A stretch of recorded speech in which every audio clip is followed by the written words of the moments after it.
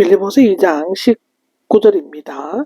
지금까지 자신을 낮추어 죽기까지 순종하신 그리스도를 따를 것을 건면하고 이제는 하나님의 선택된 종들도 모범적인 본보기를 보여주었음을 지적하고 있죠.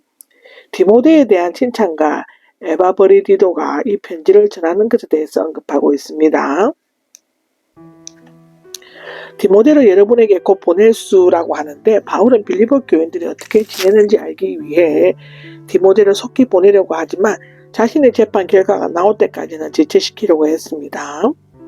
주 예수 안에서는 디모데의 방문이 중요하다는 것과 그의 삶 전체가 예수 그리스도의 지배 아래에 있고 그의 행동은 전적으로 그에게 순종하는 것이었으므로 주님께 자신의 계획을 승인한다면 디모데를 보내겠다는 것입니다. 바울은 불확실한 상황 가운데서도 하나님의 인도하심을 확신하면서 자신의 모든 생각과 말, 행동을 그리스도로부터 시작하고 있습니다. 그가 디모데를 보내는 목적은 그들의 형편을 알게 됨으로써 위로를 받으려는 것이었습니다. 아마도 바울은 빌립보 교인들에 대한 소식을 들었고 또 자신의 소식도 전했을 것 같습니다. 이번에는 직접 디모데를 통해 바울의 행편을 전하면서 그들을 위로함과 동시에 디모데가 돌아와서 영적으로 성숙되었다는 기쁜 소식을 전해 들음으로써 자신도 위로를 받겠다는 것입니다. 내게는 디모데밖에 없습니다 라고 하는데요. 바울은 누구보다도 디모데를 보내는 이유를 첫째, 나와 같은 마음을 가지고 있다입니다. 둘째는 여러분의 일을 진심으로 걱정해줄 사람이라는 것이고, 디모데는 처음 빌립보 교회를 설립할 때 바울과 같이 있었고 제3차 전도 여행 때는 바울보다 먼저 그곳에 파송되었죠. 사도행전 16절에 나옵니다. 고린도전서 16장 10절에도 나오고요. 디모데는 오랫동안 이 교회를 긴밀한 관계를 유지했고 그 교인들로부터 사랑을 받았으므로 그 누구보다도 그들의 일을 진심으로 이해하고 걱정해 줄 수 있는 사람이었습니다.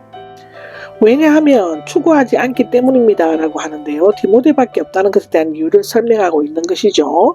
여기에서 모든 사람은 대부분 사람들을 나타내고 지금 로마에 갇힌 바울 곁에 있는 함께 있는 형제들과 가이사 집 사람들이었지만 디모데와 같은 성품과 자질을 갖춘 사람은 아무도 없었다고 합니다. 다른 모든 사람들은 자기 자신의 문제와 유익만을 위하고 그리스도 예수의 일을 위해서는 기꺼이 희생하려 하지 않았다는 것이죠. 연단을 통해 입증된 디모데의 인품이 나옵니다. 디모데는 헬라인과 히브리 여자 사이에서 태어난 혼혈아였지만 제2차 전도여행 때 바울을 만나 그리스도를 만나 믿음의 아들이 되었다고 사도행전 16장에는 말하고 있죠. 제2차 여행 때 에베소에서 소동이 일어났을 때 바울 대신 빌립보 지역을 순회 신방했고 3차 전도여행 때 핍박을 피해온 바울과 함께 복음 전도에 동참했다고 합니다. 그러나 그는 아직 나이가 어리고 몸은 약했고 성격은 내성적이었던 것 같고요. 고린도전서 16장에 나오죠. 이러한 디모데를 빌립보 교인들을 잘 알고 있었고 바울이 그에 대해 말하는 것이 사실이라는 것도 알고 있었습니다. 디모데의 인품은 연단, 즉 앞에서 언급한 여러 가지 신들뿐만 아니라 육신의 자녀가 부모를 섬기던 믿음의 아들로서 영적인 아버지인 바울을 진심으로 섬기고 복음을 위해 봉사함으로써 입증이 되었던 것입니다. 그들은 둘 다 그리스도의 종이었으므로 디모데가 바울을 섬긴 것은 곧 복음을 위해 봉사한 것이었다는 것입니다.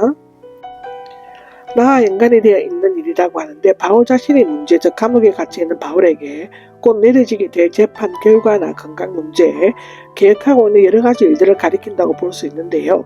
여기 보아서는 한 가지 일에만 집중하다의 제2 부정과거 가정법입니다.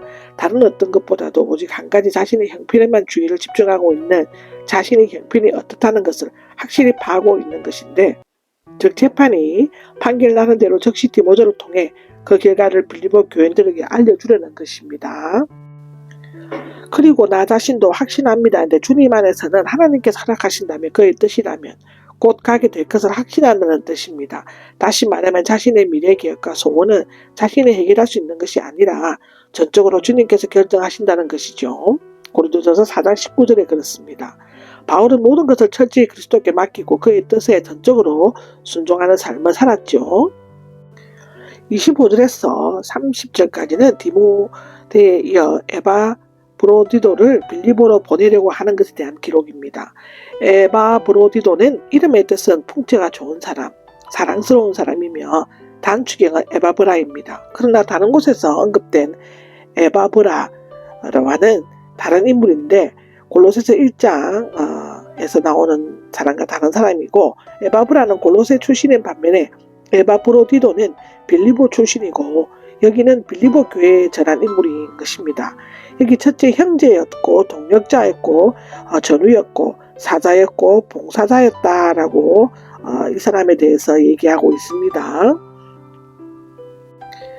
바울이 에바브로디도를 빌리보 교인들에게 보내려고 한 것은 두 가지 이유인데요. 첫째는 그가 여러분 모두를 몹시 그리워하고 둘째는 자신이 병들었다는 소식을 그들이 들어 알고 있었다는 것에 대해서 매우 걱정하였다입니다. 겟세마네 동산에서 고민하시는 예수님에 대해 언급할 때 사용되고 있는 것이 괴로워하다, 번민하다, 근심하다인데요. 바울이 에바브로디도를 돌려보내려고 한 것은 빌리보 형제들이 그의 병든 것을 알고 걱정하고 있다는 것을 듣고 에바브로디도가 몹시 괴로워했기 때문인데요. 그의 병이 어떻게 빌리보에까지 알려졌는지 분명치는 않습니다. 교통이 빈번했던 당시 바울에게 후원금을 전하는 사람 편에서 들었을 수도 있죠. 병들어 거의 죽게 되었지만인데 에바브로디도가 빌리보 교회에서 헌금을 가지고 왔을 때 긴 여행의 가로 때문이었는지 복음의 싸움이 힘들었는지 거나 박해가 심했기 때문인지는 모릅니다. 그는 병들어 거의 죽게 되었다고 하는데 하나님께서 자비를 베푸셨다입니다. 이것은 그가 바울의 이적에 의해 치유되지 않았음을 암시하고 있는데요. 이적은 성령의 역사에 의한 것이기 때문에 수많은 이적을 행했던 바울이 그를 즉시 치유하지 못한 것에는 그것이 하나님의 뜻이 아니었기 때문인 것입니다. 바울의 병의 원인이나 치료 과정에 대해 아무런 언급이 없는 것은 병을 낫게 하신 것이 하나님께서 자비를 베푸셨다는 사실을 강조하기 위함인데요. 만약 에바브로디도가 죽었더라면 빌리보 교회뿐만 아니라 바울에게도 슬픔 위에 슬픔을 겪지 않도록 적지근까지 겪는 슬픔도 많은데 거기에 슬픔을 다하는 것이 되었을 것입니다. 커피 서둘러 글을 보내는 것은 난데 이 보낸다는 서신체는 부정각으로 에바브로디도가 바울의 편지와 함께 이미 떠났고 편지를 읽을 때에는 과거 일이 되는 것을 나타내는 것이죠. 커피 서둘러는 열심히 빨리 예정보다 빨리인데요. 병에서 회복되다 곧 급하게 보냈음을 암시합니다. 그 이유는 그가 바울의 옥중 서신을 위해서는 꼭 필요했지만 빌리보 교인들이 그를 빨리 만나봄으로써 기쁨을 얻고 바울 자신도 근심을 덜게 되기를 원했기 때문이죠. 주님 안에서 존경하십시오입니다. 주님 안에서가 맞아들이십시오로 소식을 하면 주님께서 에바브로디도를 맞아들이듯이 가 되고 큰 기쁨으로를 수식을 하며 주님 안에서 누리는 큰 기쁨으로 가 되어집니다. 강조하는 점이 다르기는 하지만 의미상의 큰 차이는 없죠. 무엇보다도 빌리보 교인들은 에바브로디도가 바울을 돕지 못하고 그대로 돌아와 버렸다고 오해하지 말고 주님 안에서 신앙적으로 큰 기쁨으로 맞이할 것을 권면하고 있습니다. 그리고 에바브로디도와 같이 하나님과 교회를 위해 수고하고 복음을 위해 헌신하는 자들을 존경할 것을 덧붙이고 있습니다. 미처 다 봉사하지 못한 것이 나오는데요. 이것은 바울이 빌리보 교인들의 봉사가 부족하다는 것이 아니라 빌리보 교인들 편에서 바울을 향한 사랑이 언제나 부족함을 느끼고 그 사랑의 빚을 갚으려고 했습니다.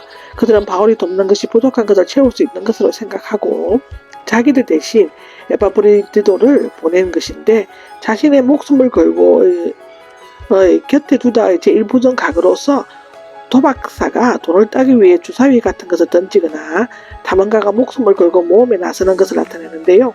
에바브로디도는 빌리보 교회를 대표하여 바울을 돕는 자가 되었고 목숨을 돌아보지 않고 복음을 전하는 일에 함께 동력하다가 죽음을 눈앞에 두게 되었습니다. 그것은 곧 그리스도를 위해 목숨까지 건 순교적인 행동인데요. 참된 지도자는 그리스도의 복음 전파를 위해 언제나 목숨을 건다는 것입니다.